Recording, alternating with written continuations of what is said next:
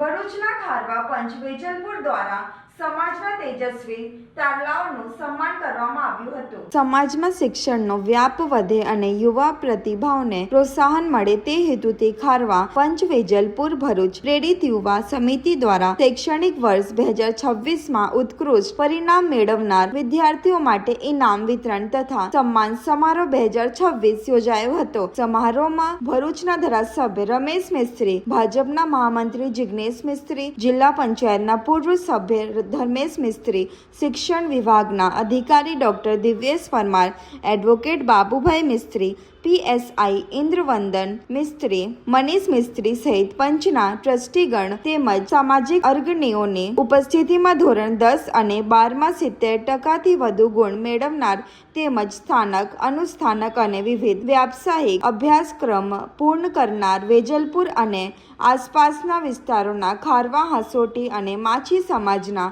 70થી વધુ તેજસ્વી વિદ્યાર્થીઓનું સન્માન કરવામાં આવ્યું હતું। આ પ્રસંગે નિવૃત્ત શિક્ષકોની પણ શાલ અને મોમેન્ટો અર્પણ કરી વિશિષ્ટ સન્માન કરવામાં આવ્યું હતું। આ પ્રસંગે સમાજના આગેવાન અને PSI મનીષ મિસ્ત્રીએ વિશેષ જાહેરાત કરતા જણાવ્યું હતું કે વેજલપુર ખારવા સમાજના સૌથી ગરીબ ઘરના એક બાળકને આગામી શૈક્ષણિક સત્ર 2027થી પ્રી નર્સરીથી ધોરણ 12 સુધી એટલે કે 16 વર્ષ સુધી તેના અભ્યાસના તમામ પ્રકારના ખર્ચની ટ્રાન્સપોર્ટેશનથી લઈ સ્કૂલની ફી અને શૈક્ષણિક સામગ્રીની જવાબદારી તેઓ ઉઠાવશે।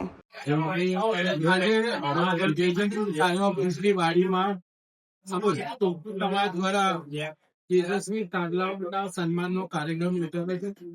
મોટી સંખ્યામાં સમાજના આગેવાનો જે ઉપસ્થિત રહ્યા છે।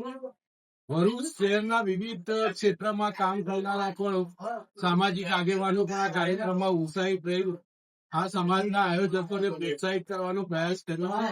નવી જે યુવા સમિતિ બની છે એમણે સમાજના 70% કે તેથી વધુ અથવા તો પ્રથમ વર્ષમાં ઉત્તીર્ણ થયા છે એવા તમામ ભાઈઓ બહેનોનું સ્વાગત કર્યું છે, જેના કારણે આવનારા દિવસોમાં જે ભવિષ્યની પેઢી છે એનો આજે ઉત્સાહ વધ્યો છે।